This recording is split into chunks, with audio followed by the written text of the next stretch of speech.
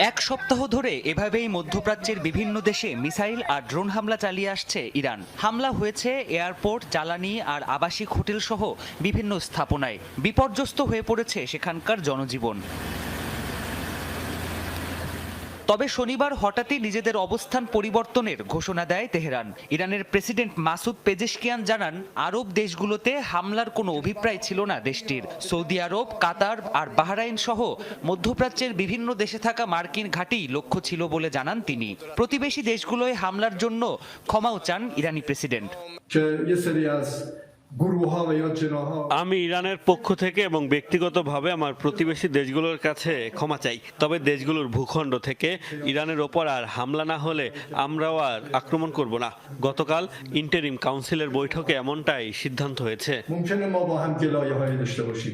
এদিকে ইরানের প্রেসিডেন্টের এমন বক্তব্য প্রকাশ হতে না হতেই মধ্যপ্রাচ্যের অন্যান্য দেশগুলো থেকে আসতে থাকে ইতিবাচক সংকেত। মধ্যপ্রাচ্যের পরিস্থিতি এখন স্বাভাবিক দাবি করে নাগরিকদের মুঠোফোনে বার্তা পাঠিয়েছে কাতারের স্বরাষ্ট্র মন্ত্রণালয়। কাতারের জনগণের আর আতঙ্কিত হওয়ার কারণ নেই বলেও জানানো হয় খুদে বার্তায়। সীমিত পরিসরে দুবাই আর আবুধাবির বিমানবন্দর দিয়ে বিমান চলাচলের অনুমতি দিয়েছে আরব আমিরাত সরকার।